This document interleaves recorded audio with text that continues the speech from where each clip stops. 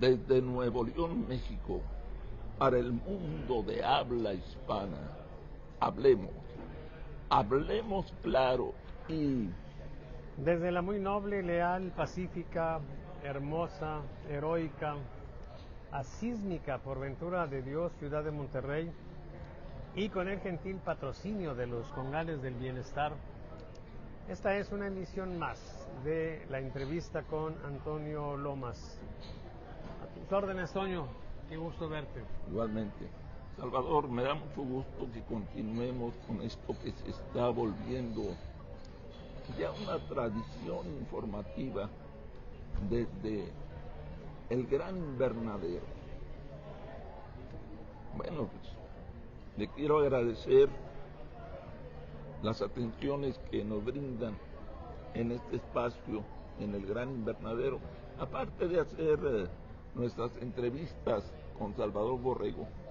Este también es el espacio que utiliza la mesa grillera todos los martes por la mañana. Si usted está interesado en compartir algo o solamente grillar, dése la vuelta, vale la pena. Salvador, te repito, te agradezco esta oportunidad que nos das de seguir dialogando, porque las cosas van muy rápido. Se me hace increíble la velocidad con la que nos estamos acercando al 2027. Pero de manera alterna, hay algo que me hace pensar en ocasiones que estamos en un mundo de fantasía. Por una parte, la presidente Claudia Sheinbaum presume a través de sus voceros que ya regresó al 80-82% de popularidad. Y eso lo dicen sus voceros, sin mostrar encuestas, sin señalar casas encuestadoras.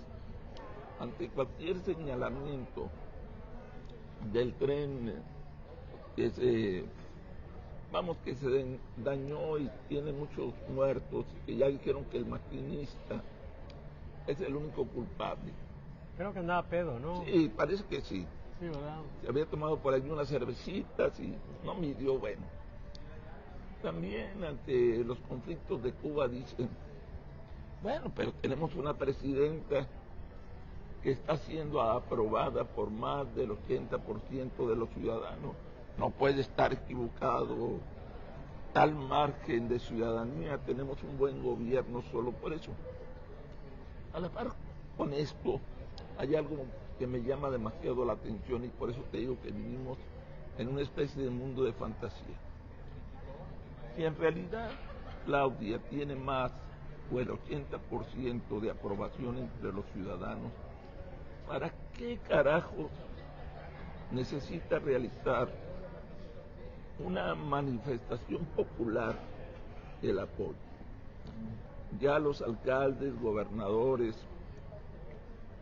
diputados locales, federales, senadores, ya tienen la consigna de todos al Zócalo y todos a llenar las plazas principales de todas las grandes ciudades. Yo siento que eso se hace cuando hay debilidad. O sea, ¿para qué tanto escándalo con un gobernante que supuestamente es amado por alrededor del 80% o más de los ciudadanos, según el decir de la gente de la Cuarta Transformación? Eso es algo que yo no entiendo. No sé si tú, Salvador Borrego, lo entiendas. Qué bueno que cierres la pregunta con esa idea de entender. Así ¿sí? es. De hacer inteligibles los acontecimientos que estamos viviendo. En el discurso que observamos en los medios, nosotros, particularmente un servidor, se inscribe precisamente en esa idea de tratar de entender las cosas.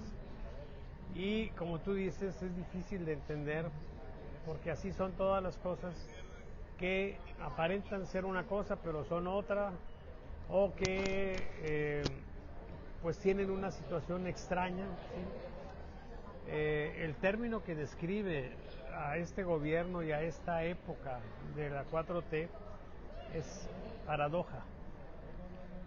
Paradoja. ¿Qué es una paradoja?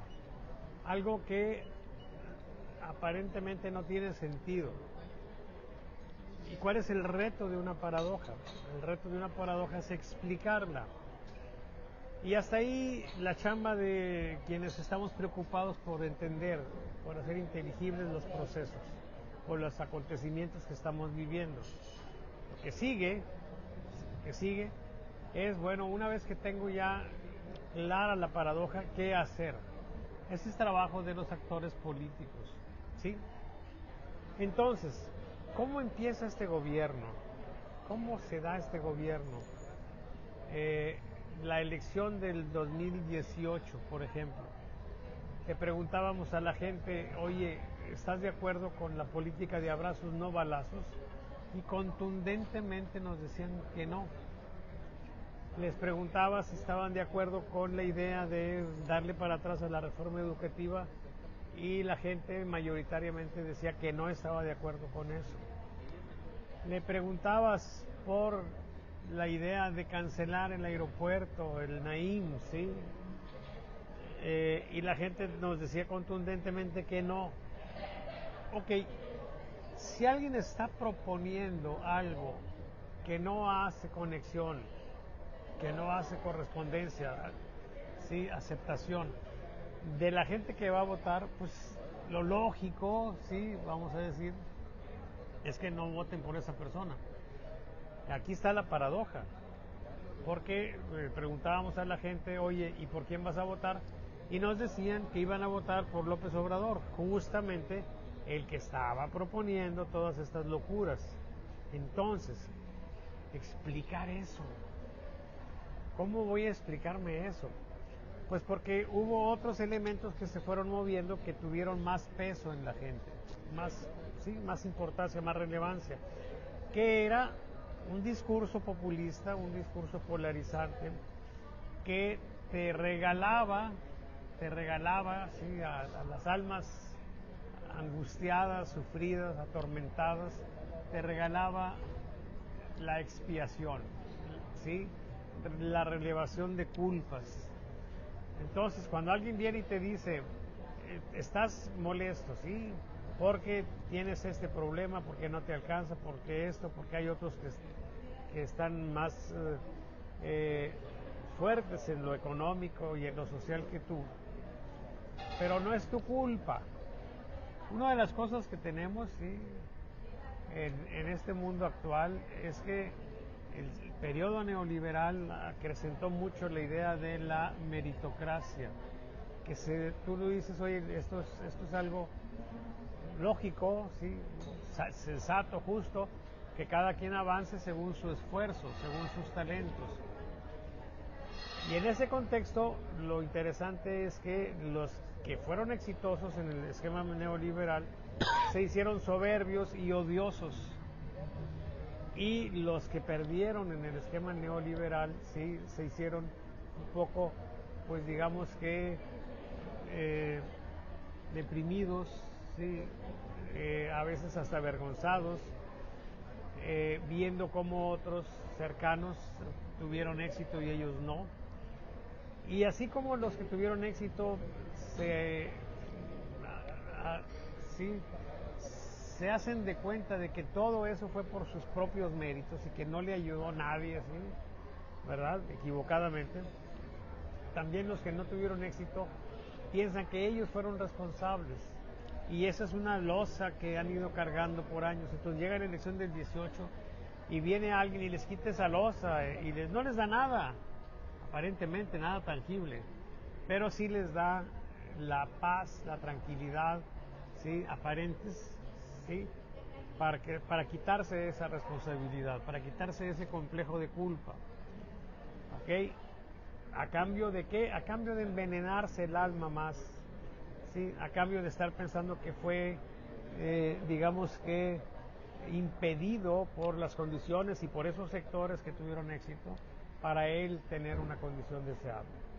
Y entonces se da aquí la explicación de la paradoja, la gran paradoja de la elección del 18. La gente vota por alguien que viene y le promete que va a estar mejor, que va a luchar contra esos que tanto daño le hicieron y va generando el esquema de un gobierno que, como Moisés Naim nos dice, es un gobierno de 3 P's. La primera P es populismo, nos divide en buenos y malos, ¿sí?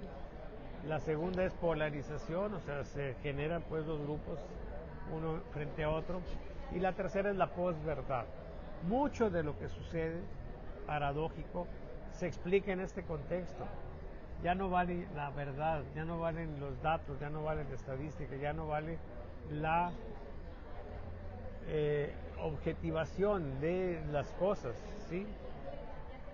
Lo único que vale es en qué polo estamos. Entonces tenemos esa situación, una situación donde tú tienes una gran paradoja que alcanza este gobierno.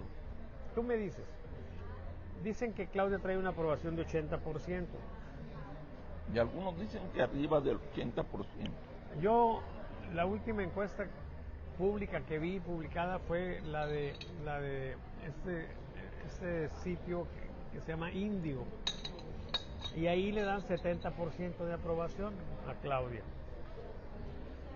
Vamos a pensar, porque la gran mayoría de las encuestas que se han hecho públicas nos dicen que Claudia tiene un valor alto, pero no todas, pero hay otras encuestas que se han preocupado por preguntar, la del Financiero entre otras, ¿sí? Que se han preocupado por preguntar si evalúan bien, si aprueban lo que ha estado haciendo el gobierno en diferentes rubros, ¿sí? Entonces, ¿cómo calificas al gobierno en salud? ¿Cómo calificas al gobierno en el trato a la pandemia? ¿Cómo calificas al país en seguridad pública? ¿Cómo garantizas al país en el desarrollo económico, desempleo, promoción de inversión pública y privada, etcétera? ¿Sí? Y resulta que aquí tenemos otra vez una paradoja. A ver, el gobierno está reprobado. Cuando vas área por área para ver cómo está este gobierno de Claudia Sheinbaum, el gobierno está reprobado. Y otra vez la misma historia. Así como en el 18 no querían las propuestas, no estaban de acuerdo con las propuestas, pero la intención de voto era votar por ellos y lo hicieron. Ahora el gobierno está reprobado. ¿Qué sería lo lógico? Pues lo lógico es que si yo no estoy conforme con lo que está haciendo este gobierno en muchos rubros, pues yo no le dé mi apoyo a la presidenta. Pero resulta que sí se lo dan. Es una paradoja.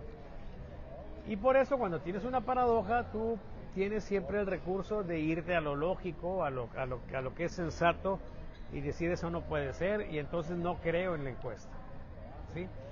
Claro, eso es relativamente fácil, ¿sí? Por decirlo de algún otro modo, eso cualquier pendejo lo hace. Lo interesante es explicar la paradoja. O sea, ¿por qué? Pues resulta que ahora tenemos ya perfectamente establecidos, si ya no la ilusión, ya no el quitar la responsabilidad, ya no la expiación de culpas que tuvo la elección del 18 para la gente que estaba apesadumbrada, sino lo que tengo ahora es un dinerito que me cae periódicamente. Y entonces yo digo, a ver, sí es cierto, el país está enfermo, pero pues, quién sabe cuándo me iré yo a enfermar, ¿sí?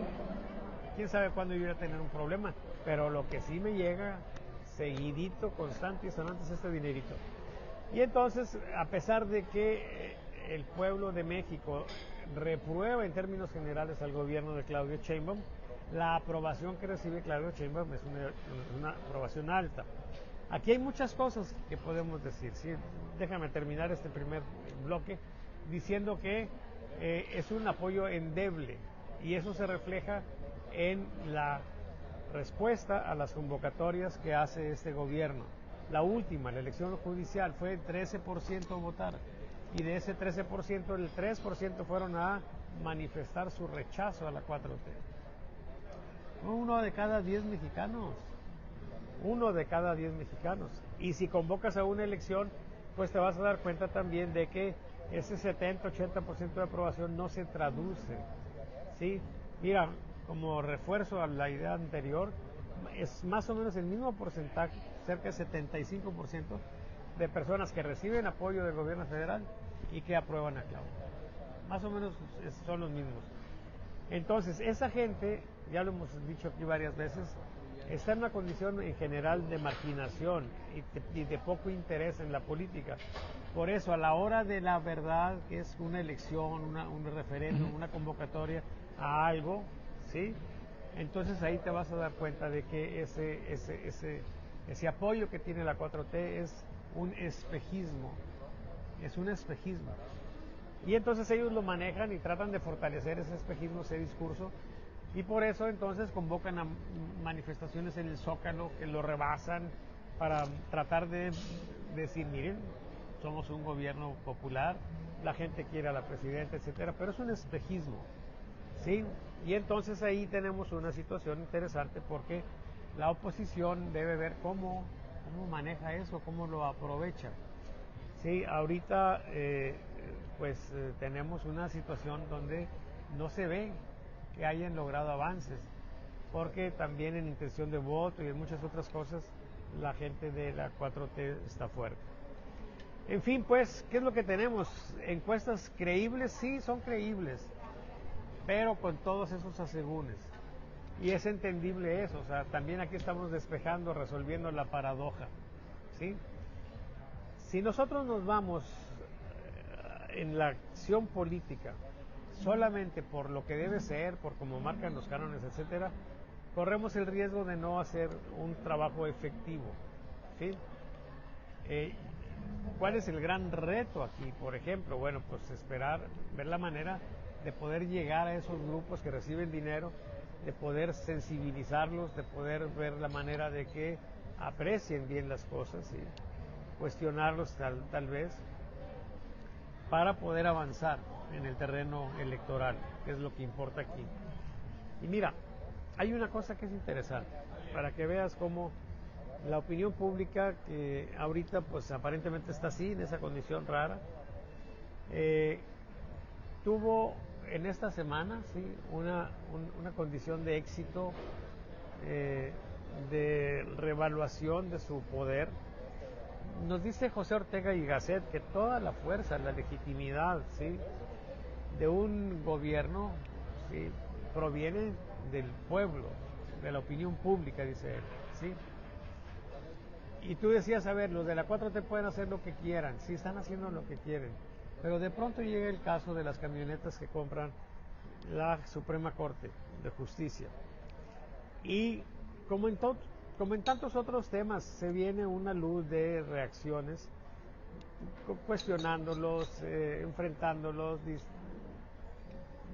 exhibiendo la incongruencia, ¿sí?, de cómo ellos decían que iban a hacer las cosas y cómo las están haciendo, y le dan para atrás, ¿sí?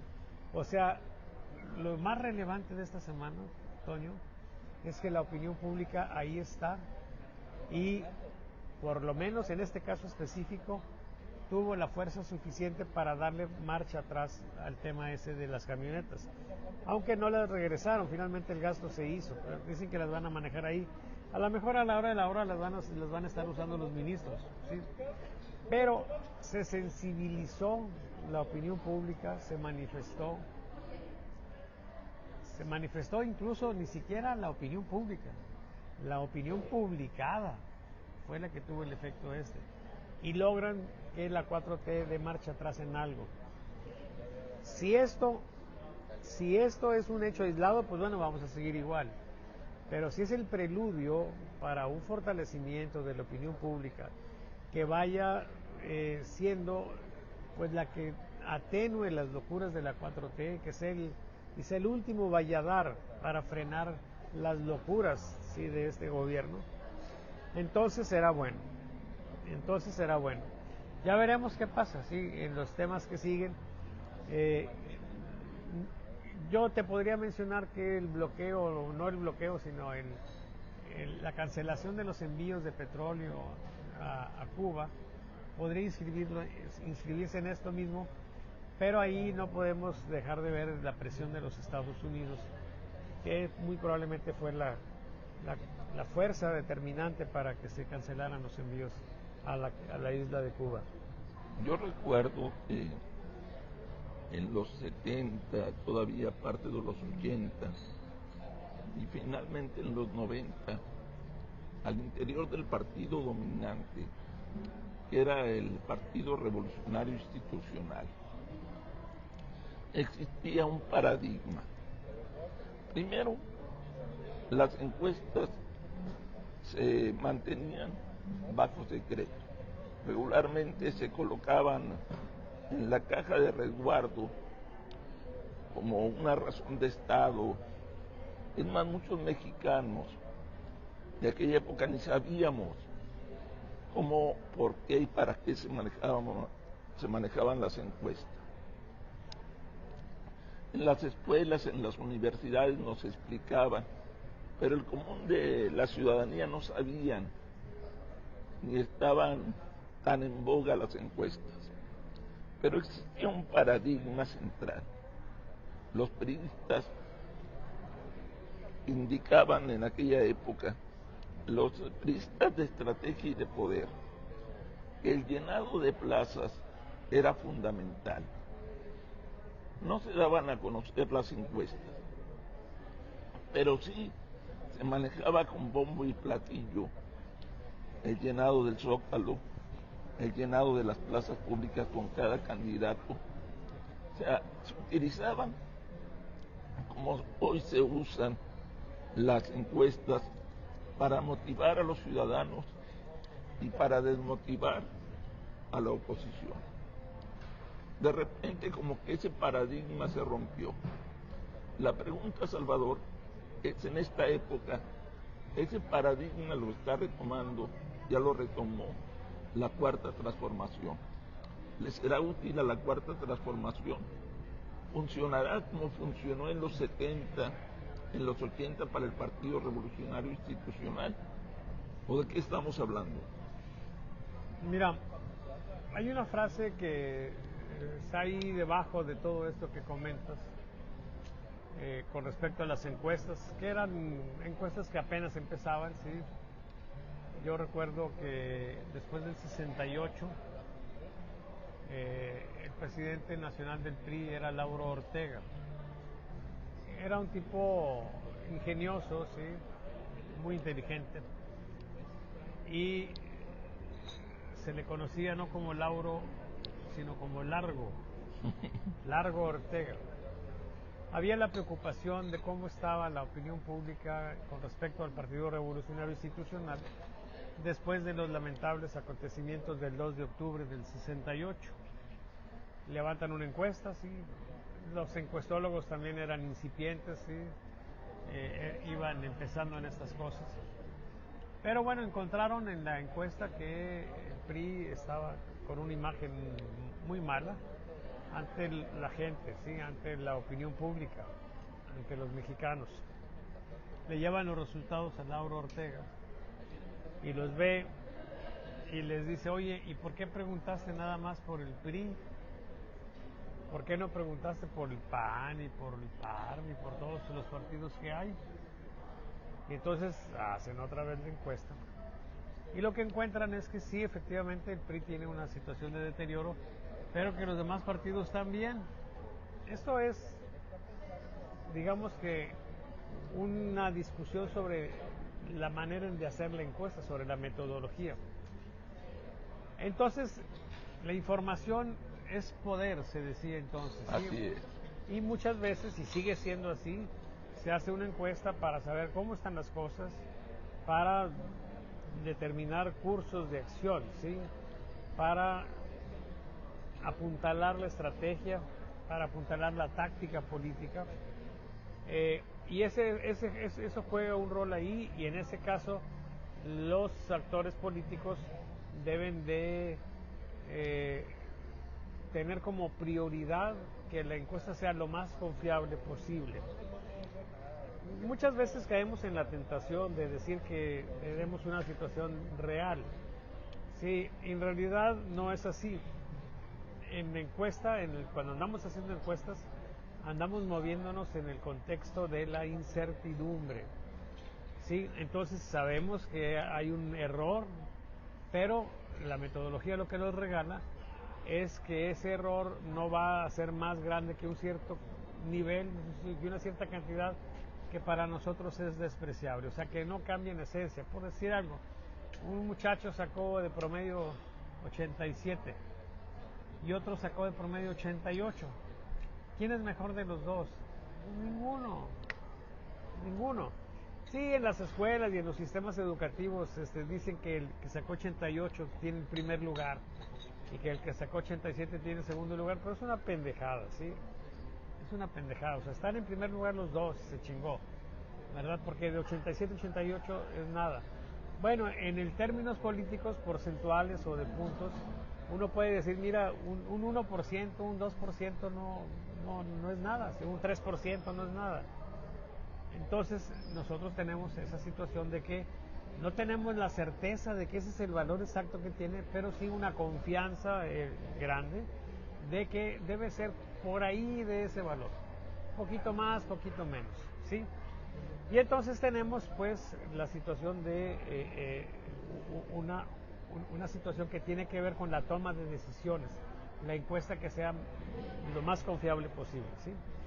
Y la otra parte, la parte de la propaganda, pues ahí ni siquiera hay que hacer encuestas, simplemente hay que poner una pinche gráfica y decir que yo voy en primer lugar y otro en segundo lugar, ¿sí? Y eso lo hace todo mundo. Así es. Eso lo hace todo el mundo. Claro, si le fue bien en una encuesta sin trucos, pues simplemente va a decir esa la quiero publicar. Pero ponen un brete a la compañía porque de repente volvió a salir bien y se vuelve a publicar. Salió mal, no se publica. Y ese manoseo que se hace, fíjate, donde no están mintiendo. Porque alguien puede decir, oye, yo publiqué que tengo este porcentaje y es cierto. O al menos eso es lo que me salió en la encuesta. ¿Sí? Pero nadie va a advertir que cuando salió menos no la quiso publicar, ¿sí? Yo tengo mucho problema con esto desde el punto de vista ético, porque el dueño de la información pues es el que está pagando la encuesta, ¿sí? Y esa propiedad de la encuesta tiene que ver no con que él dicte qué resultados van a ser buenos o malos, eso es inadmisible, pero sí en cuanto a que si es mía esta información yo tengo derecho pues a publicarla, ¿verdad? Y es una potestad de él. Entonces se genera la sensación de que siempre que sea algo de esa compañía con respecto a este político le va bien y la gente piensa que uno está haciendo caray. Sí, no se mortifique. Continúa. Aquí seguimos nosotros, compañeros. No se preocupe. Sí, dígame. Usted sale los miércoles, ¿verdad? Salía los miércoles en la televisión, ya no estoy yendo, sí. Me aquejan los dolores de espalda en la noche y ya me rendí. Por lo menos voy a descansar un buen rato. No, yo estaba bien puesta todos los miércoles. Ah, muchísimas gracias. Sí, muchísimas gracias. Pero ahí sigue. fue sin querer. No se preocupe. Pero ahí sigue Ramón Alberto, está muy bien el programa, como quiera. Sí, claro. Sí. Sí lo vemos porque mi marido pues es fan. Válgame Dios, muchas gracias. Sí, gracias. Adelante, continuamos. Sí, entonces te estaba yo diciendo que estas encuestas que son confiables son para tomar decisiones y las otras son de puro manoseo propagandístico, que es lo que estamos viendo y de lo que estamos inundados ahorita, porque pues cada uno trae su encuesta y en eso pues a veces les cobran 2,000 pesos, pues ¿cuánto me cobras por imprimirme una gráfica? 2,000 pesos, pues está bastante bien, sí, yo la publico. Sí. Entonces, esto es un jaloneo que se trae ahí y los resultados que se obtienen de eso pues, realmente no son tan buenos, ¿sí? Pero bueno, en esas está la situación. Déjame hacer un comentario. Yo ya me he vuelto un obsesivo. Tengo la obsesión de estar no solamente viendo, sino analizando las encuestas que van brotando, sean encuestas patito o sean encuestas de encuestadoras de prestigio, porque esto me hace ver una realidad que se está generando en el mundo de la política. En relación a Nuevo León hay algo que me llama mucho la atención, te quiero decir, cómo las encuestadoras ni siquiera la mayoría de ellas coinciden en lo más mínimo. De repente me llega una encuesta de medición interna de Morena donde ponen arriba a Míjez, Andrés Míjez, alcalde de Escobedo, pero a las 3 horas me llega otra encuesta donde ponen a Waldo Fernández, senador, arriba en las encuestas. Y luego, así se van en ese juego. Entonces, me da la impresión de que la encuesta favorece a quien la paga. Si te llega de tal compañía, yo ya intuyo quién va a ser el ganador en esa encuesta. Yo lo que me pregunto es qué sentido tiene manejar encuestas de este tipo. Porque si tú tuvieras la economía para comprar las 6, 7 casas encuestadoras y darle una lana a los encuestadores patito y que empates la mayoría de los números, estaría con madre, porque estarías generando una percepción muy sólida.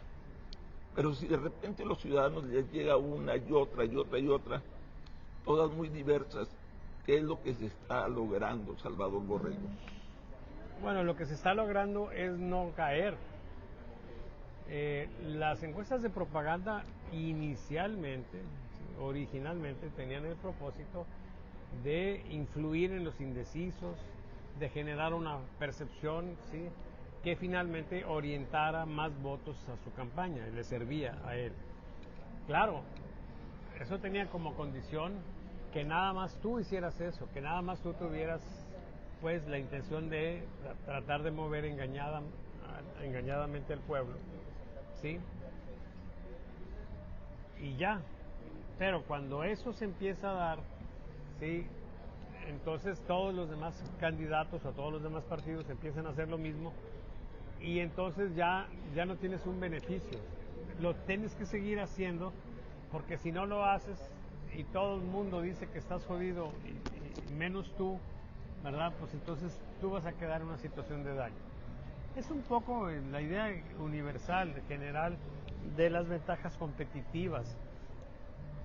Una ventaja competitiva tiene originalmente el propósito de tú fortalecerte, ¿sí? Pero cuando ya los demás adoptan eso mismo, tienes que seguirlo haciendo no para fortalecerte y ganarles ventaja, sino para no caerte. Y estás obligado a hacerlo. Entonces, si yo me pongo la camiseta de encuestador, pues yo te diría eso está muy mal, etcétera, etcétera, ¿sí? Pero si me cambiara la cachucha y me pusiera como un estratega, ¿sí?, entonces yo diría, pues eso tenemos que hacerlo. ¿Por qué? Pues porque si no lo hacemos nos hundimos, ¿sí?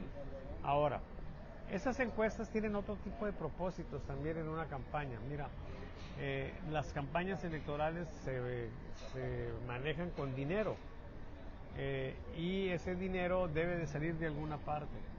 Entonces, los candidatos, los partidos buscan apoyo a empresarios, a gente pues que está en una condición en la que puedan ayudar, gente adinerada por supuesto. A veces buscan dinero de manera digamos que irregular, como cuando se acercan a los grupos delincuenciales para que los apoyen.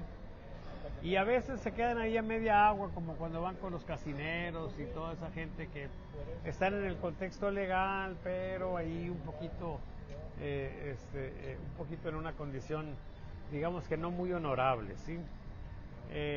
Y entonces ellos van con esas encuestas y les dicen, mire, yo estoy bien, soy una buena opción para que inviertas Y entonces, bueno, la gente recibe alguna cantidad a cambio de que si ganan, ¿sí?, ellos van a recibir un trato preferencial.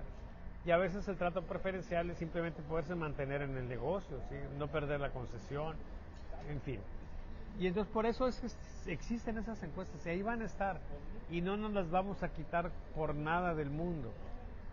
Y es una responsabilidad ciudadana tratar de visualizar, tratar de ver los resultados para juzgar qué tanta credibilidad se le puede dar. Es una chamba de información. Yo acabo de terminar un libro que estaba un poquito retrasado en su publicación porque las dos personas que me iban a hacer el prólogo, pues a lo mejor ya se les olvidó, chingado. Estoy pensando incluso en sacar el libro sin prólogo. No, escribí yo una introducción, pero es un libro que se llama Lecciones para mis clientes de ayer, de hoy y de mañana. Y ahí yo trato de explicar, sí, qué es esto de las encuestas, de manera sencilla, sin gráficas, sin números, todo platicadito, en el ánimo de que sea un soporte para un ciudadano que esté preocupado por ver qué tenemos en la cosa política, ¿sí?, que tenga la forma de juzgar de manera más, digamos que rigurosa, una encuesta que se publica, ¿sí? Por lo pronto, si algo se publica es por alguna razón, y esa razón siempre conviene a los que están publicándola, ¿sí? Yo les diría que por lo pronto pues tengan mucho cuidado, y más que agarrar una encuesta y decir que esto está así, hacer un ejercicio crítico de qué tan creíble es esa información que nos están presentando, ¿sí? Y vamos a caer en situaciones complicadas como en estas que ya hemos descrito, de los fenómenos paradójicos, ¿sí? Porque en un caso de este tipo paradójico, la razón, la lógica nos va a mandar para un lado, pero la realidad nos va a mandar para otro lado. Entonces, descifrar esas paradojas, entenderlas, va a ser muy importante. Y bueno, esto pasa por qué tanta credibilidad le vamos a dar a las encuestas. Oye, Salvador, ¿ya te compraste tu mecedora, tus pavos reales, tus gallinas de esas de nivel, de categoría, para hacer tu presentación del libro? ¿O aún no? Oye, no, mira, no había pensado en eso. Oye, es que es bien fácil. No sé si tú sepas, en el primer mes, después de que se publicó el libro Grandeza de Andrés Manuel López Obrador, se acabó físicamente en todas las librerías. Y hubo gente de gran corazón que iba con los ciudadanos y obsequiaba, en lugar de dar una despensa, obsequiaba algo con más poder que una despensa: un libro de Andrés Manuel López Obrador. Hubo alcaldes que compraron 500 o 1000 libros. Hay un senador que se gastó varios millones. Un vocero de la bancada legislativa de Morena, que creo que compró 3000 libros.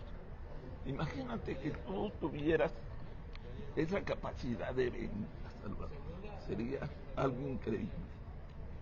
Sí. Pero son cosas pues que se dan en la circunstancia que cada quien tiene. Es claro que ese libro de Andrés Manuel López Obrador, que no voy a leer, sí, yo leí solamente el primero que publicó, y me pareció interesante cómo lo que él planteaba finalmente era un New Deal, ¿sí?, como Roosevelt. Lo que planteaba, pues, sí. Y aprendí desde muy pronto a dudar, sí, de la personalidad de López Obrador.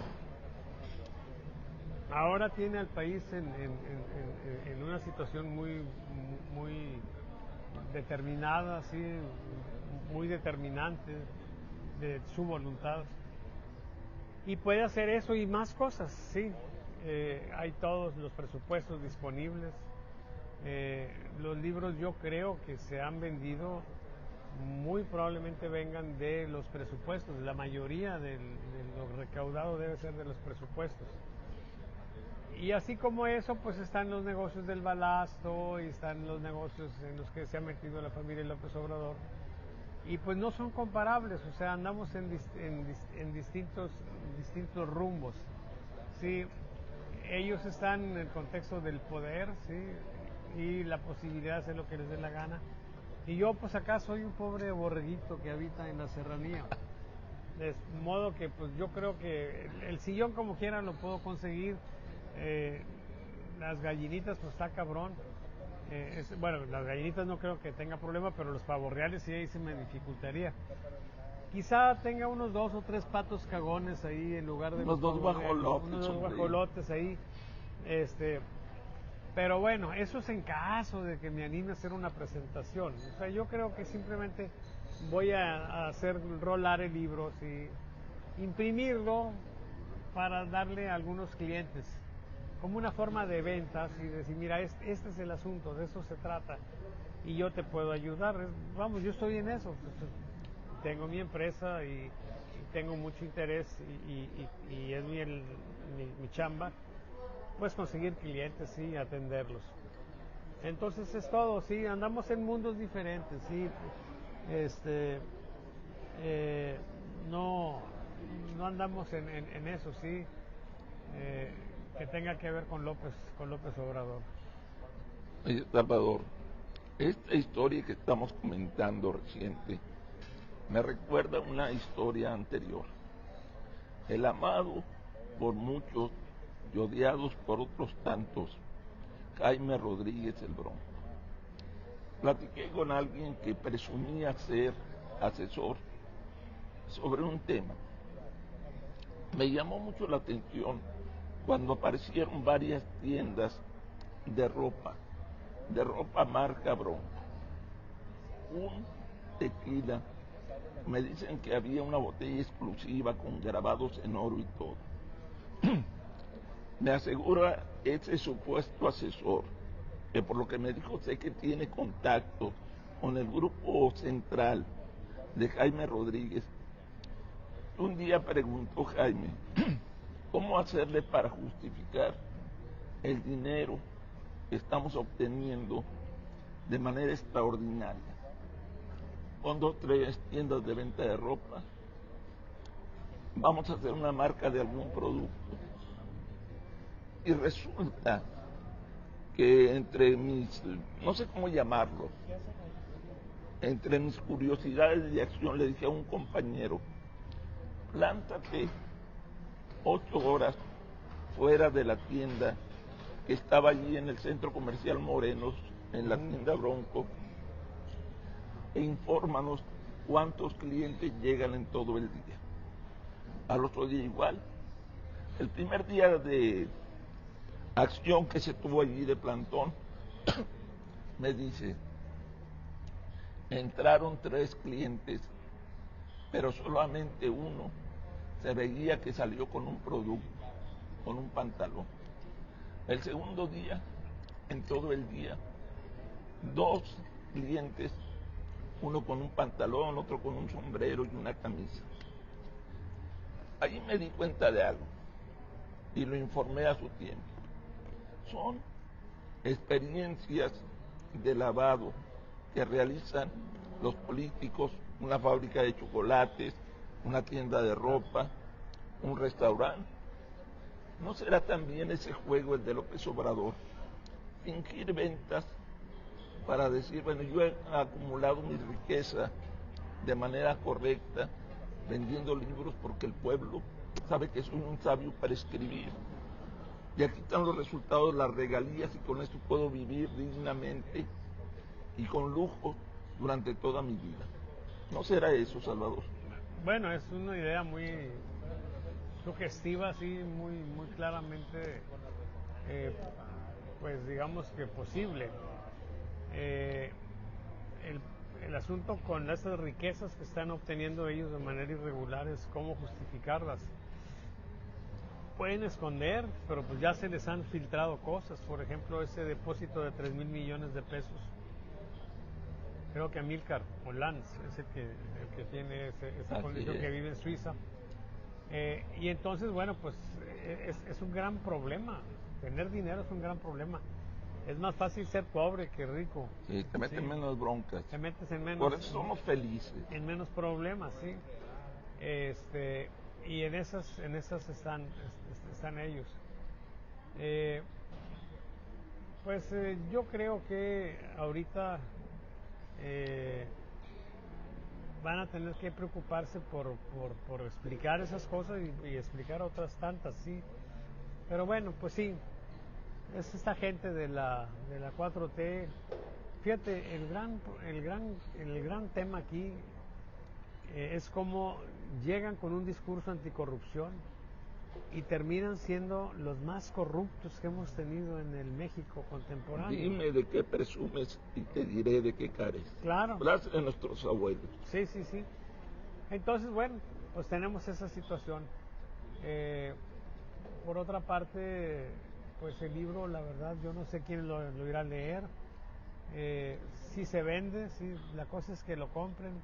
Y luego aparte que compren todas las cosas que ahí plantea, te das de cuenta que estoy ajustando el pasado a mi presente, ¿sí? A mi discurso que tengo ideológico, polarizante, ¿sí? Lo quiero traspasar. Quiero que sea un reflejo nítido y que se vea como una consecuencia. Yo me imagino que en ese esquema, pues López Obrador fue Cuauhtémoc, ¿sí?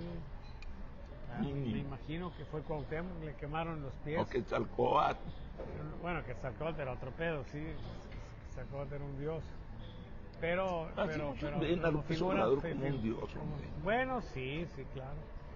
Creo que a Cuauhtémoc le agarraron las nalgas también, aparte de quemarle las patas, sí. Acuérdate de una idea que tú tenías, de que cuando López Obrador falleciera, había que hacerle un templo, unas cajitas por allí. Como el niño Fidencio, claro, por supuesto. Donde la gente de la 4T hablara como tabasqueño sí. Y pronosticara el futuro, hacía curaciones, etc. Van a hacer milagros, sí. Claro. Y enfrente de cada cajita, sí, para honrar a López Obrador, va a estar una piedra bendita, sí. La muchacha que se siente ahí se va a levantar señorita. Va a recuperar su virginidad. Así es. Yo tengo mucha ilusión en que ya pronto se establezcan las cajitas del bienestar, sí, de San Andrés. Déjame te digo una cosa. Tú estás proponiendo que se coloque una piedra sagrada de recuperación de virginidad. Una piedra bendita. A mí me han dicho gente que conoce a López Obrador que él era todo lo contrario de esa propuesta de una piedra para recuperar la virginidad. O sea que era bien Huilo. Era Huilo. Bueno, eso no es ningún problema, ¿sí? No. Eso está bien, sí. Eso está bien. O sea, no todo es malo, pues. O sea, si a él le gustaba, pues me imagino que tenía una preocupación por las damas, sí, ¿verdad? Llevarles felicidad a las damas. Está bien. Yo creo que eso no está mal, sí. Quizá sea uno de los rasgos de personalidad más rescatables de López Obrador. Más mexicano, sí, más sí. nuestro. Sí. Oye, déjame regresar al principio de esta emisión que estamos realizando, esta entrevista. Estoy invitado para este domingo a acudir a la macro reunión que se va a realizar aquí en Monterrey. Todavía no me envían la hora ni el lugar, pero me dicen que ya están convocando a miles de ciudadanos para que se reúnan para reconocer los grandes éxitos de nuestra presidenta Y te vuelvo a preguntar, el gasto tan enorme que va a implicar esa reunión nacional, ¿tendrá algún sentido? No solamente para México, sino también para los efectos de la cuarta transformación. ¿Y qué sentido tendrá? Me pregunto yo que si Donald Trump, al ver millones o tal vez cientos de miles de mexicanos cantando el himno nacional y gritando es un honor estar con Claudia hoy, a Donald Trump le preocupará, lo pondrá a temblar, dirá voy a cambiar mi estrategia porque México es un pueblo unido y están cantando el himno nacional. ¿Cuáles serán los efectos reales de esta acción? Yo creo que serían nulos. Es a final de cuentas un conjuro que se hace para desactivar, para desincentivar, para evitar pues una presión fuerte o una incursión en el suelo mexicano ya de manera más descarada, ¿sí? Más abierta. Pero es un conjuro como el del vampirito de Gil Past, ¿sí? No sé si tú recuerdas, pero hubo un tiempo aquí en Ciudad Acuña, esa Acuña, ¿verdad? La que está enfrente de Eagle Pass, que fue aterrorizada por un vampiro que venía de Eagle Pass, o sea, venía de Estados Unidos. Y entonces venía el vampiro y como todos los vampiros, pues chupaba, ¿sí? La sangre, pero aparte de eso, pues violaba a las víctimas, ¿sí? Entonces dijeron, ¿qué vamos a hacer con esto? Y se les ocurrió pues acudir a la iglesia, a hablar con el sacerdote, y quedaron en que iban a elaborar un conjuro, ¿sí? Y entonces llegaron a la conclusión de que cuando llegara el vampiro a atacar, la víctima, ¿sí? Que eran mujeres normalmente, ¿sí? Aunque ya andaba como que echándole el ojo pues también a la otra parte de los seres humanos. Total que el conjuro fue el siguiente: vampirito de Eagle Pass, de mí no abusarás porque te condenarás. Y órale, si iba a desaparecer el vampiro. Bueno, ya estaba el conjuro, ahora era necesario probarlo. Y entonces dijeron, bueno, pues aquí sí vamos a necesitar una voluntaria. Había algunos voluntarios, sí, pero no querían una voluntaria. Oye, me parece que fuera más efectivo. Entonces, bueno, pues dijeron, fulanita de tal. Bueno, vamos a ver dónde se imaginan que podría atacar el vampiro. Miren, en estos puntos ha estado, a lo mejor en uno de esos puntos pues podría volver a regresar. Total que hicieron varios ensayos hasta que finalmente... El criminal siempre regresa a la escena del crimen. Hasta que finalmente llega el vampiro, ¿sí? Está la muchacha así toda azorada, toda nerviosa, miedosa, y se le acerca y entonces pues le dice, sí, con dificultad, pero le dice, vampirito, diga el paz, de mí no abusarás porque te condenarás. Y entonces el vampiro dijo, sorry, I don't speak Spanish.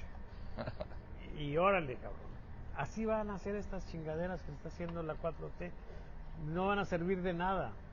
Si se trata de impresionar a los gringos, número uno, no los van a impresionar porque todo el mundo sabe que las manifestaciones son nutridas en atención al acarreo que van a hacer para que se dé, ¿sí? No hay una situación de indignación en la gente, estamos divididos. Una parte está deseando que vengan los gringos y nos invadan o hagan esas operaciones aparentemente quirúrgicas, ¿sí? Y yo siento pues que en términos generales estamos desunidos. Hay avisoro algunas preocupaciones en la presidenta por tratar de buscar esa unidad nacional, pero en general domina en ella todavía el discurso polarizante. Entonces pues la verdad yo creo que están perdiendo su tiempo y va simplemente a estar reforzando esa narrativa de que somos un pueblo que estamos todos o está en una inmensa mayoría alrededor de la presidenta y que más si osare un extraño enemigo, si profanar con su planta su suelo, piensa patria querida que el cielo un soldado en cada hijo te dio. Eso no va a pasar, ¿sí?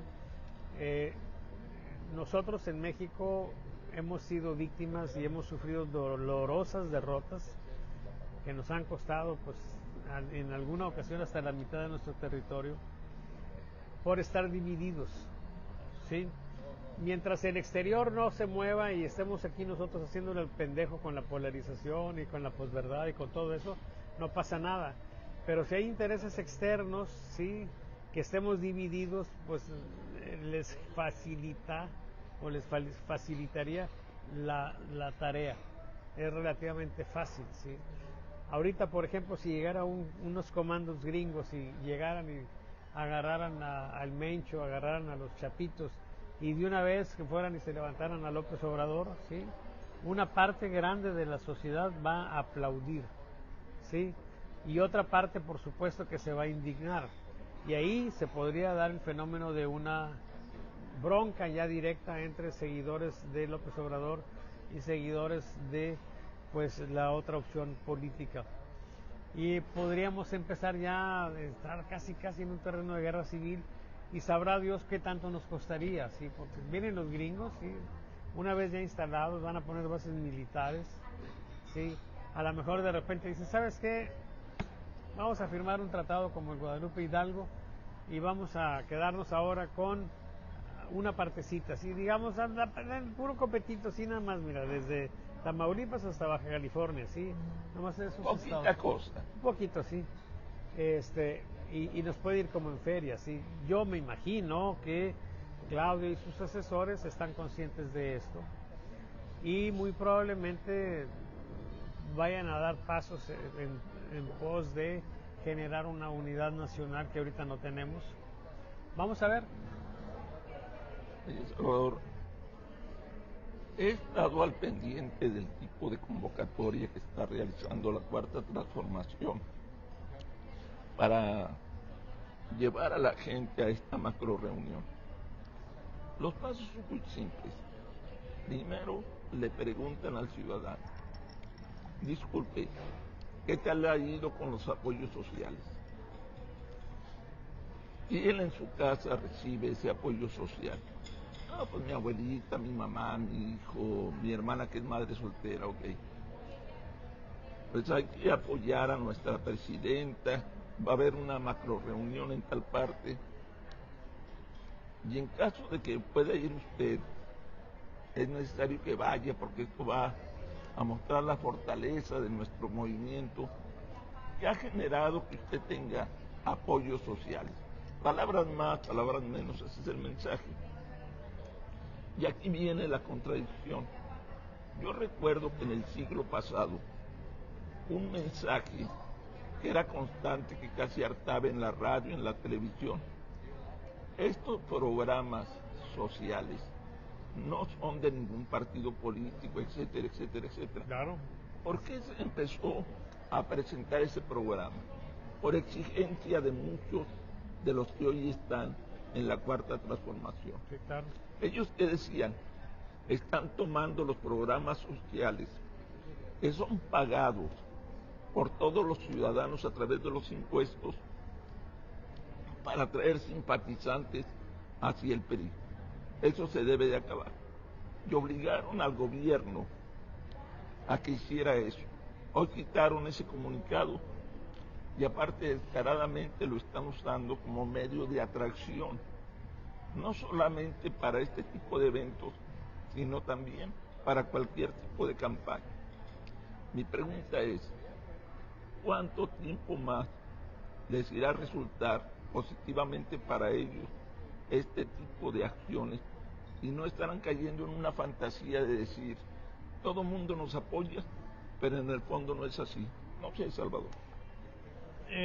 Por supuesto que haríamos un catálogo de contradicciones entre los discursos previos a que llegara la 4T al poder y los discursos y acciones concretas posteriormente a aquello. Si algo caracteriza a estos gobiernos de la 4T es la incongruencia, ¿sí? La contradicción entre lo que ellos decían que iban a hacer o criticaban y lo que están haciendo o ya no critican. Entonces, pues, ellos van a seguir en esa situación. Es muy difícil que cambien, les ha dado resultado. Pero donde vamos a tener ya la verdad, sí, digamos, el impacto que tenga eso, pues va a ser en la elección. Yo creo que esa situación que tiene la 4T de que su base de apoyo sea fundamentalmente gente necesitada, ya lo hemos dicho varias veces, sí, es gente poco politizada, es gente que se abstiene mucho de ir a votar, y entonces ahí la oposición tiene una oportunidad, y yo creo que esa oportunidad se va a hacer más grande en la medida en que por una parte tengamos eso y por la otra tengamos presiones de los observadores internacionales, particularmente de los Estados Unidos, porque en el contexto de la negociación para la firma del Tratado de Libre Comercio, una de las cosas que ellos van a exigir y tienen todo el derecho de hacerlo es en que haya Estado de Derecho. Y ese Estado de Derecho tiene algo que ver, o tiene una buena parte que ver con el cumplimiento de las reglas de elección, ¿sí? De las reglas electorales, de que los comicios sean creíbles, que no vayan a cometer un fraude descarado. Yo creo que van a estar con las manos amarradas. Entonces, sí, Claudio tiene una popularidad grande, sí, la gente está agradecida por los procesos, por los apoyos que reciben de los programas sociales, pero no necesariamente eso va a significar que vayan a las urnas y arrasen. O sea, hay una real posibilidad de que el PAN, el PRI, Movimiento Ciudadano, el naciente partido de Somos México, tenga una cantidad de votos suficientes como para por lo menos que ya no tengan, que nunca la han tenido de manera legítima, ¿sí?, la mayoría calificada. Y entonces, bueno, vamos a ver, por eso el próximo año es importantísimo, porque podría ser el parteaguas, ¿sí?, podría ser el que determine hasta dónde llega la 4T. En el 30 va a ganar la 4T, muy probablemente, pero vamos a pasar por toda la bronca interna que tiene la 4T. Yo creo que, por ejemplo, si el candidato de la 4T es Omar García Harfuch, pues número uno, yo creo que ganaría, ¿sí? Y número dos, yo creo que le daría un viraje al gobierno, y sería una manera, digamos que tenue, de que la 4T tenga su vida, pasión y muerte, ¿sí? Porque, pero más digna. Pero más digna, sí, ok. Y con algunas cosas ahí que se queden, como los programas sociales, etcétera. Pero sí que ya finalmente tengamos un nuevo discurso, ¿sí?, de unidad nacional, de fraternidad, ¿sí?, de igualdad, los principios básicos de la democracia liberal. Entonces, pues, vamos a ver. Oye, hay un tema que no quiero dejar pasar para terminar esta emisión. Algo que otra vez digo la misma, que ya parece una reiteración constante, me llama mucho la atención. Acaba de lanzar un comunicado conjunto Morena, el PT y el Verde, donde van en coalición rumbo al 2027. Primero, no es una alianza firme, es una carta de intención de buenos deseos.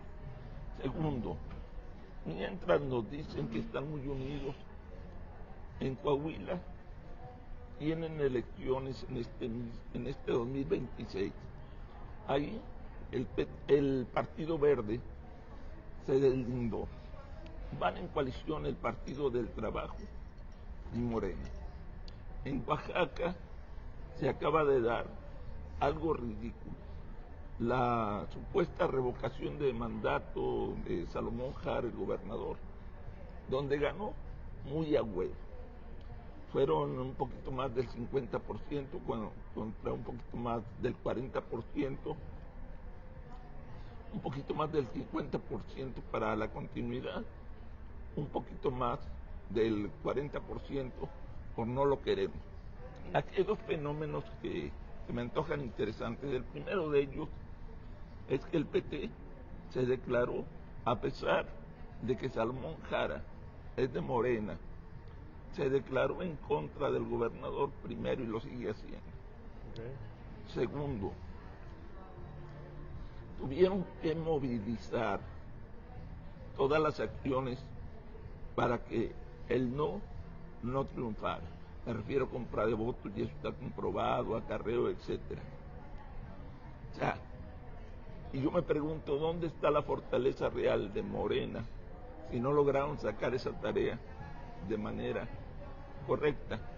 Me pregunto, ¿dónde está esa unidad que tanto presumen los dirigentes nacionales de la Cuarta Transformación? Se me hace que están en una arena movediza, que ya no saben qué hacer. Y me traslado al estado de Nuevo León. donde también hay fricciones, a pesar de que se presume de una gran unidad y de que Waldo Fernández, en su constante interés por ser el candidato, ha pagado miles de bardas. Yo nada más he contabilizado alrededor de 2,000, con un costo superior a los 500 pesos por cada barda, más un montón de cartulinas, micromantas, etcétera. Y yo me pregunto, ¿de dónde está saliendo ese dinero? Ahorita, el equipo de Minges, el equipo de Claraluz y otros equipos andan encabronados por esas acciones de Waldo Fernández. Yo me pregunto, entonces, ¿dónde está la unidad que tanto presumen los de la 4T, Salvador Borrego? La unidad que tiene el partido sí tiene fundamentalmente como característica la coerción. O sea, tú puedes irte, ¿sí? Puedes romper, puedes hacernos una travesura, pero nosotros tenemos todo en un expediente, ¿sí? Tienen un expediente para Lupita, la esposa de Beto Anaya, por ejemplo, ¿sí? Tienen una serie de cuestiones para chantajear, ¿sí? No es una unidad de principios que se cuide. De hecho, la gente del PT, cuando platicas con ellos, te hablan de la soberbia y de la manera grosera con que los tratan, ¿sí? Les dicen hay que votar por esto y listo, se chingó. O sea, no, nada de ir a platicar, nada de negociar. Sí, ellos simplemente son vasallos. Y siempre han dicho ellos de que tienen una alianza con Morena, pero que no es una alianza que se tenga que mantener a ultranza. O sea, en cualquier momento ellos pueden salirse. Y este momento que vivimos es crucial porque la reforma política contempla la disminución o la eliminación de los plurinominales, de los candidatos a diputados federales, que entran, sí, porque hay una lista ahí donde están siempre los mismos, los jerarcas de los partidos, garantizándoles que ellos estén. Y aparte de eso, pues les da una presencia en el Congreso, que tal vez sería prácticamente nula en caso de que no hubiera la figura de los plurinominales. O sea, es cierto que el tema de los plurinominales le afecta a la oposición, pero le afecta también a sus aliados internos. Sí, yo me imagino que Beto Anaya, que tiene una cercanía muy fuerte con los chinos, sí, les ha de haber dicho nada más que si con esa forma sí yo me jolo, pero no me jolo de mejolal, me jolo de mejolí. Y ahí está el punto, sí. Prácticamente aprobar esa reforma para estos dos partidos aliados significa la muerte, la desaparición incluso, muy probable, sí. Porque ellos tienen sí cierta base de apoyo, pero no tan grande como para poder subsistir, ¿sí? La alianza para ellos es fundamental, pero también es fundamental para Morena. Entonces, vamos a ver en esta semana, creo ya finalmente en la redacción de la propuesta electoral, de la reforma electoral, y ahí vamos a ver pues hasta dónde llegaron las negociaciones. Ahora están exhibiendo una alianza para las gubernaturas, pero no sé si eso fue simplemente una manera de convencerlos, entre comillas, de que aprueben la reforma quitando las plurinominales, o si es una forma de ya sobar el chipote y cerrar ese capítulo, ¿sí? Y fortalecer la alianza. Porque sí, efectivamente hay un riesgo grande, aunque se vea toda destartalada la oposición, aunque se vea así muy jodida, aunque los números no se vean muy fuertes, la gran fortaleza de la oposición es que existe. Y entonces, si lo que nosotros vamos a tener es un periodo electoral marcado por el desencanto, ¿sí? Con respecto a Morena y lo que está haciendo, entonces van a tener que buscar alguna alternativa. Y bueno, hay alternativas. Ahí está el PRI, ahí está el PAN, porque la gente va a decir yo no quiero a este. Es más o menos como llegó López Obrador. O sea, cuando la gente está decepcionada, ¿sí? Y dice con el primer pendejo que pasa me voy, ¿sí? Así va a suceder aquí más o menos igual. una situación donde la gente opte por esa opción que está ahí. Y bueno, eso lo vamos a saber muy pronto, ¿sí? Yo creo, por otra parte, que sí va a ser muy interesante ver cómo quedan los resultados electorales, sobre todo lo de Vamos México, ¿sí? Y que el descontento ese con respecto a Morena, que se está gestando de manera muy clara, pudiera crecer. Mira lo que acaba de ocurrir, ¿sí? El accidente del tren interoceánico.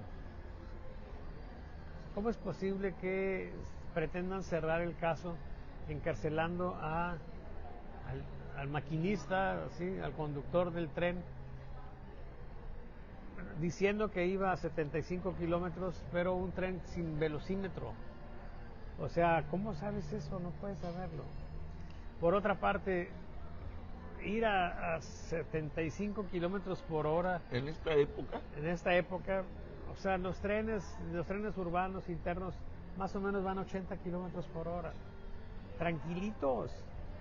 75 kilómetros por hora es una velocidad muy baja como para que se descarrile.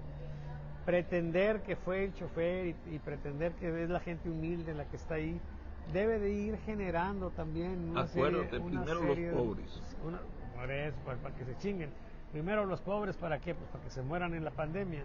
Primero los pobres, ¿para qué? Para que los levanten y hagan leva a los criminales. O sea, es una situación que puede generar un desgaste en la 4T. Y de aquí a la elección, ese fenómeno pues podría hacerse más rápido. Tú hace rato decías de cómo se han dado los cambios, ¿sí? Y alguna gente alucina con que Morena va a estar 80 años, así como el PRI. Pero el devenir histórico ahora se mueve por el efecto de las condiciones que tenemos de comunicación, ¿sí? Se mueve muy rápido. Entonces, 80 años del PRI a lo mejor equivale a 18 años de Morena, ¿sí? Esto se mueve muy rápido. Y tenemos un catalizador tremendo, sí, que se llama Donald Trump.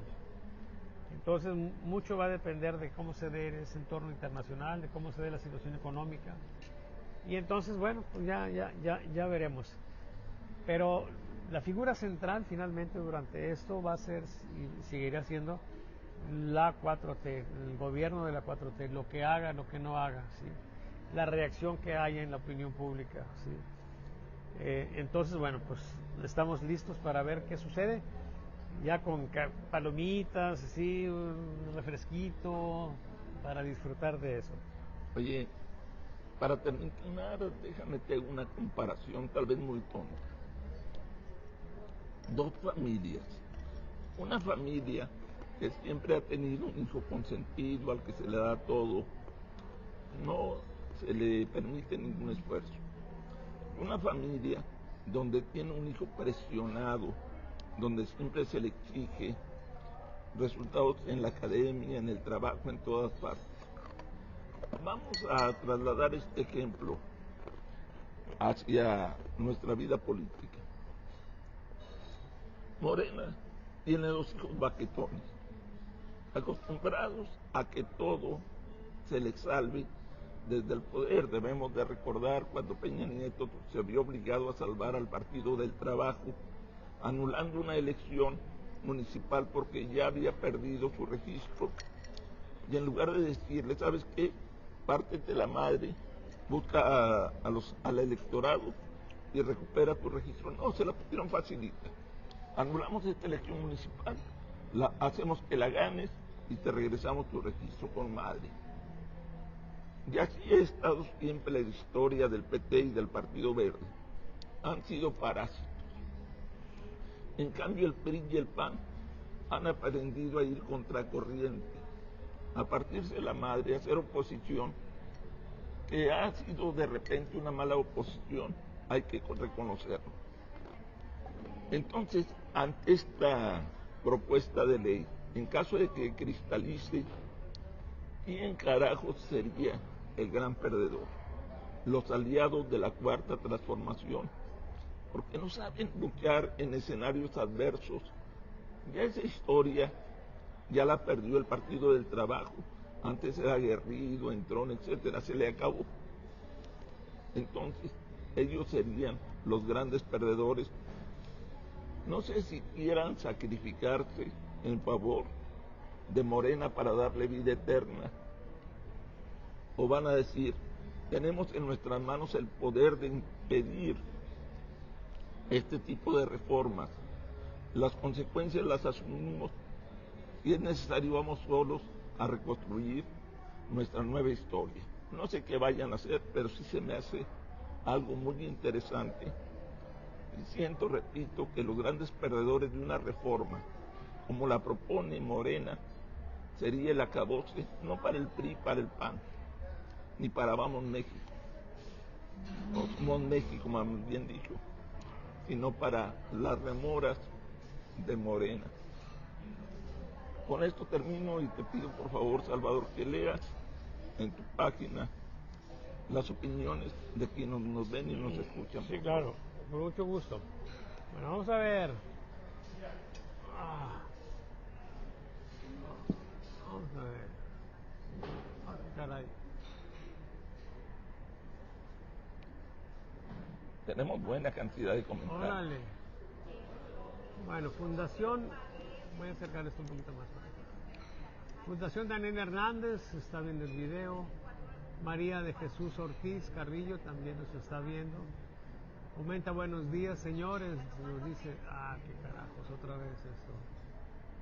Ay. Pepe Musquiz nos dice, feliz cumpleaños, Toño. ¿Cumples años, Toño? Así es, no lo he querido decir para no sentirte más viejo. Feliz cumpleaños, Toño.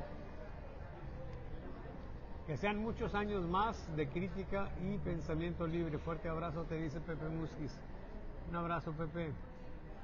Shema Lozano nos está viendo. María de Jesús Ortiz dice, tanto tarado tenemos en México que no ven el desastre que tenemos en el país.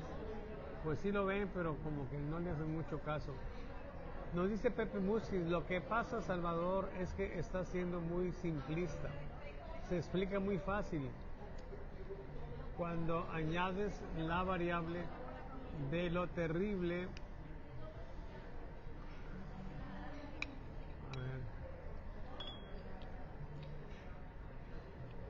De lo terrible que está la imagen de cualquier opción diferente a la 4T. Pero es que el problema no es la imagen que tengas. O sea, aquí lo interesante es que si están enojados con Morena, no van a ver a la oposición, simplemente se van a ir ahí por no irse con la 4T. Las opciones que presenta la oposición realmente no podrían tomarse en cuenta de forma seria. Por eso es que la gente, aún y con fallas y errores, prefiere continuar con la 4T. Bueno, no estoy de acuerdo contigo, Pepe.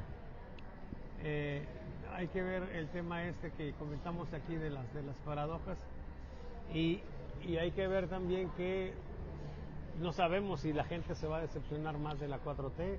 Permíteme, pero va a Salvador, depender de eso. Sí, adelante. Te invito, Pepe Musquiz, fraternalmente te lo digo, a que si puedes acompañarnos este martes a la mesa grillera, sería muy interesante porque se me hace interesante tu punto de vista. Disculpa, adelante, Salvador. Interesante, está equivocado, pero es interesante, ¿sí?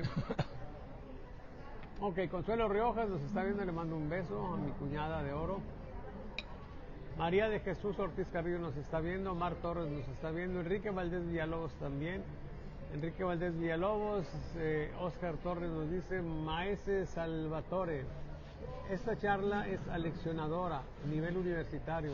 Es usted un garbanzo de libro, válgame Dios. Órale. Oscar Torres, te mando un abrazo, muchas gracias, muy amable por tu comentario.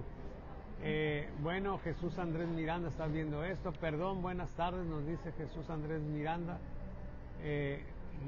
Mari dice, feliz cumpleaños al señor Antonio Lomas.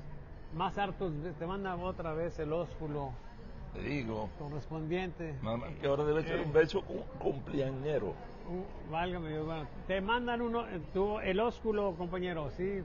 O sea, el beso. Dora Selva nos está viendo, mi hermana querida, le mando un beso. Fundación Daniel Ortega nos está viendo, dice, ¿qué posibilidad le dan a que Sheinbaum pueda ser destituida? Gracias, prácticamente nula.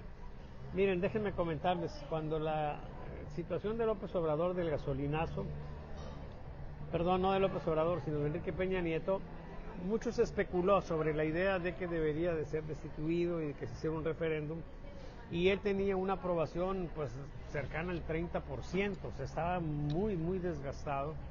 Y yo pregunté a la gente, y en las encuestas que tenía yo cotidianas de aquella época, si pensaban que debería de renunciarlo Peña Nieto. Y a pesar del deterioro que tenía, la mayoría decía que no, porque la mayoría sabe que sería un desajuste, sería un desbalance, un descontrol fuerte en el gobierno con muchos riesgos. Entonces Claudia, que trae una aprobación según muchas encuestas del 70%, pues se va a un referéndum, y por supuesto que lo último que podríamos pensar es que lo pierda. Déjame agregar algo a este punto, Salvador. Sí. Vamos a suponer que los obradoristas se encabronen con Claudia y digan, vamos a quitarla. Aguas, ¿quién tiene el poder para nombrar a quien va a ocupar ese espacio? Los obradoristas, ¿a quién nombrarían? Eso sería el punto interesante en esta controversia de un escenario poco posible. Es muy difícil que el pueblo acepte que le quiten a su presidente. Es como en una familia. Uno de los caminos que normalmente los hijos no aceptan es el divorcio. Aunque sepan que el padre es un cabrón, pero normalmente dicen, sería un error el divorcio. Ahora les pregunto, aunque presumen mucho la cuarta transformación de que si el referéndum hubiera sido en la época de Calderón, de Peña Nieto, de Salinas los hubieran quitado. Yo les digo que eso es otra mentira más de manipulación por parte de la cuarta transformación. Hay evidencias de que el pueblo mexicano es distinto a otras naciones a un nivel tal de que por eso lo impulsó López Obrador. Es una persona muy picuda, es un pendejo, como me le dijo a mí Muñoz Ledo, un pendejo con perversidad. Él, dentro de su perversidad, pensó, vamos a colocar la revocación de mandato, igual que lo hizo el presidente de Venezuela. ¿Para qué? Para así justificarme, porque yo sé que el pueblo, podría ser lo peor, no me va a quitar. Así están las cosas. Adelante, Salvador. Muy bien. Nos está viendo también Roberto Benavides González, le mando un abrazo a mi querido Benavente. Nos dice, lean el libro y luego lo pueden criticar. No, yo no voy a leer a López Obrador. Con lo que dijo en la presentación de su libro es suficiente invitación para no leerlo. En la vida, para hacer ciertas cosas hay que tener credenciales, y ser historiador requiere una disciplina que no tiene López Obrador, un conocimiento que no tiene López Obrador. Entonces, para mí ese libro es un bodrio, ¿sí? Y por supuesto que lo último que voy a hacer es leerlo.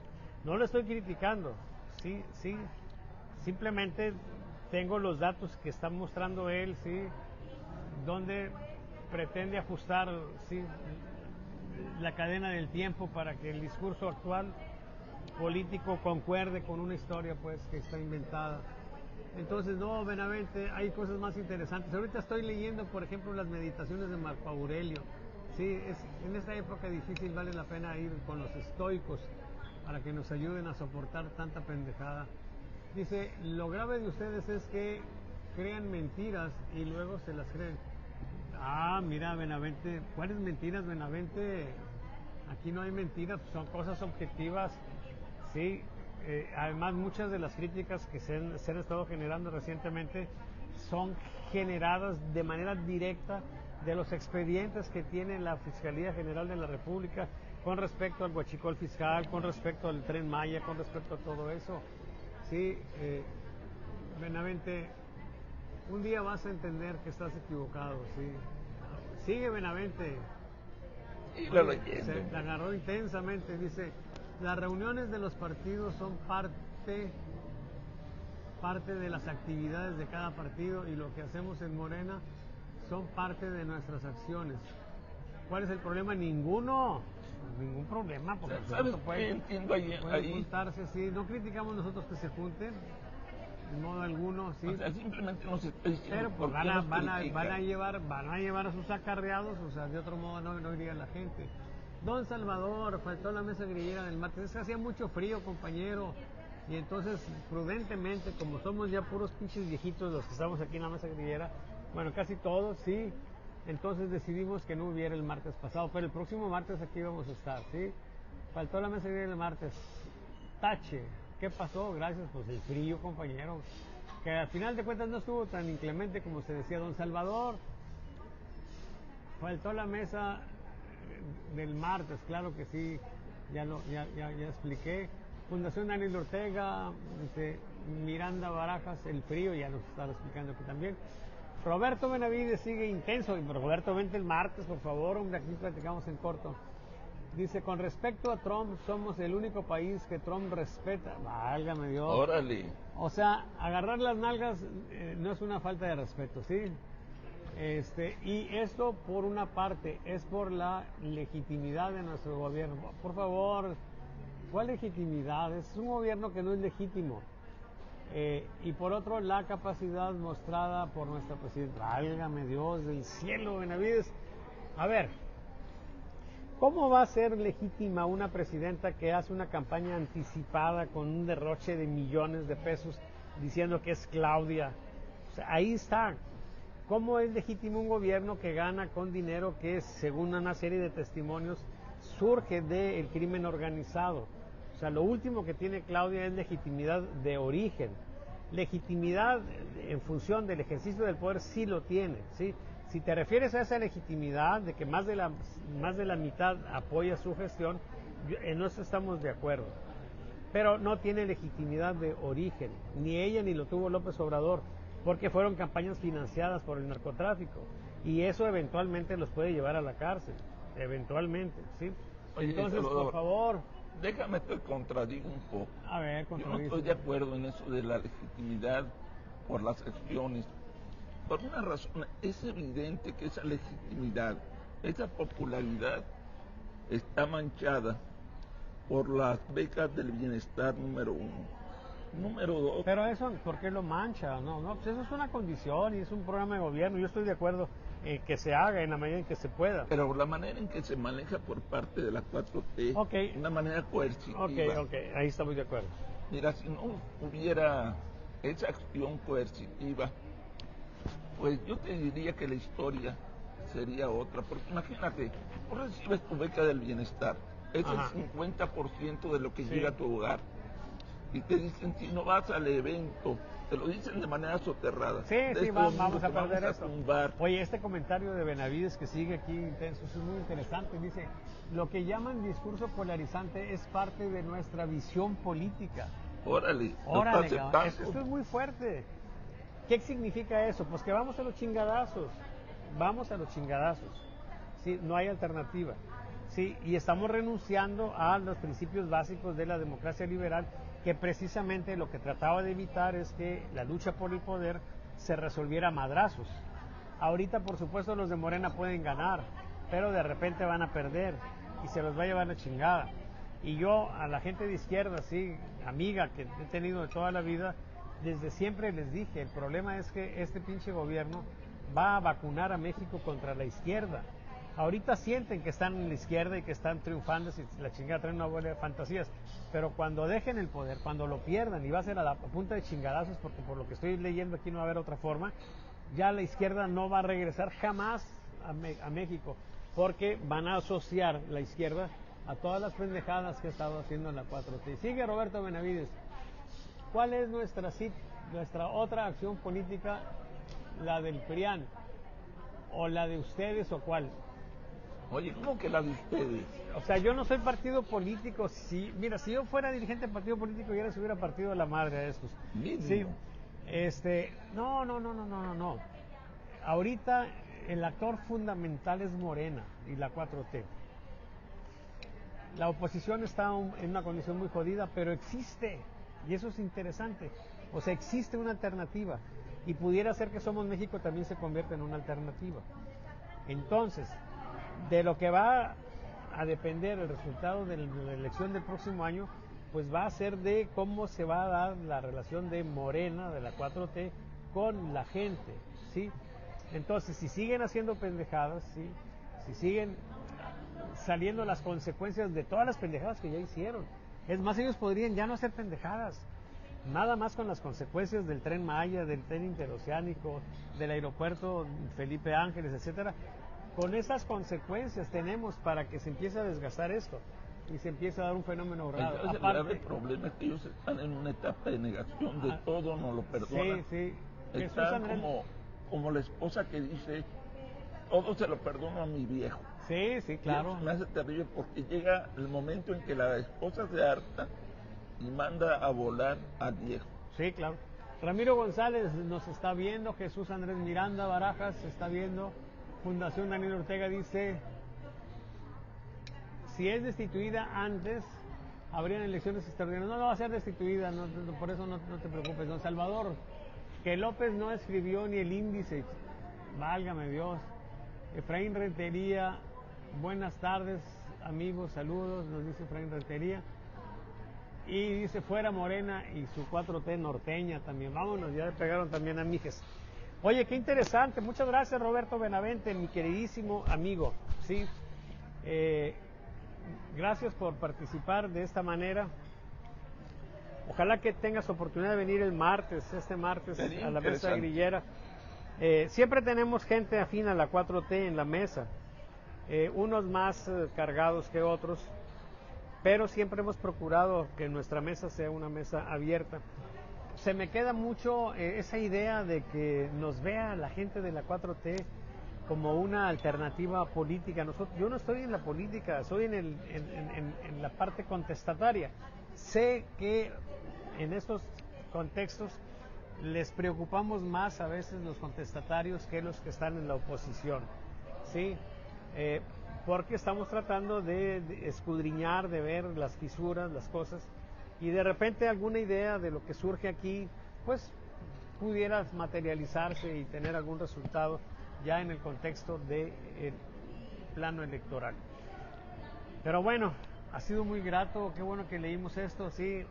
Te reiteramos la invitación, Roberto Benavides, el martes a las 10 de la mañana aquí en el Gran Invernadero, y a todos ustedes que nos ven, compañeros. Esta es una mesa abierta. Nosotros no somos los mismos, sí, hay algunos que son muy constantes, pero en términos generales cualquier persona puede venir a desayunar con nosotros, a condición de que pague lo que consuma, ¿verdad? Sí, porque luego hubo un tiempo en que se me confundió y entonces llegaba la gente y pues yo tenía que brincarme muy gacho, sí, bueno, ya salimos de eso. Pero bueno, ¿alguna otra cosa, ver, Toño? Ya llegaron uno o dos comentarios pues, que el de... Más. Dice... Son dos comentarios. Dice, cátedra a Benavides, ¿así o quiere cambio? Dice Jesús Andrés Miranda, gracias Jesús. Y Fundación Daniel Ortega nos dice gracias. Gracias a ustedes. Bueno, pues ya duramos mucho tiempo el día de hoy. Antes de que lleguen más comentarios, le pido una despedida a Salvador Borrego para después hacer la mía. Adelante. Muchas gracias, compañeros, ha sido un placer estar con ustedes. Yo espero que el martes nos atiendan, ¿sí? La transmisión empieza más o menos a las 11:30. No me tomen muy a la precisión esto porque, miren, déjenme explicarles que yo amanezco muy adolorido. Bueno, no amanezco adolorido. Despierto todo tranquilo mientras esté en la cama, así de manera horizontal. Ya cuando me levanto, bajo las escaleras, empiezan los dolores. Y a veces me los calmo, a veces no me los calmo. ¿Sí? Entonces no puedo garantizar que a la hora con precisión, pero un poquito después, si acaso, ¿sí?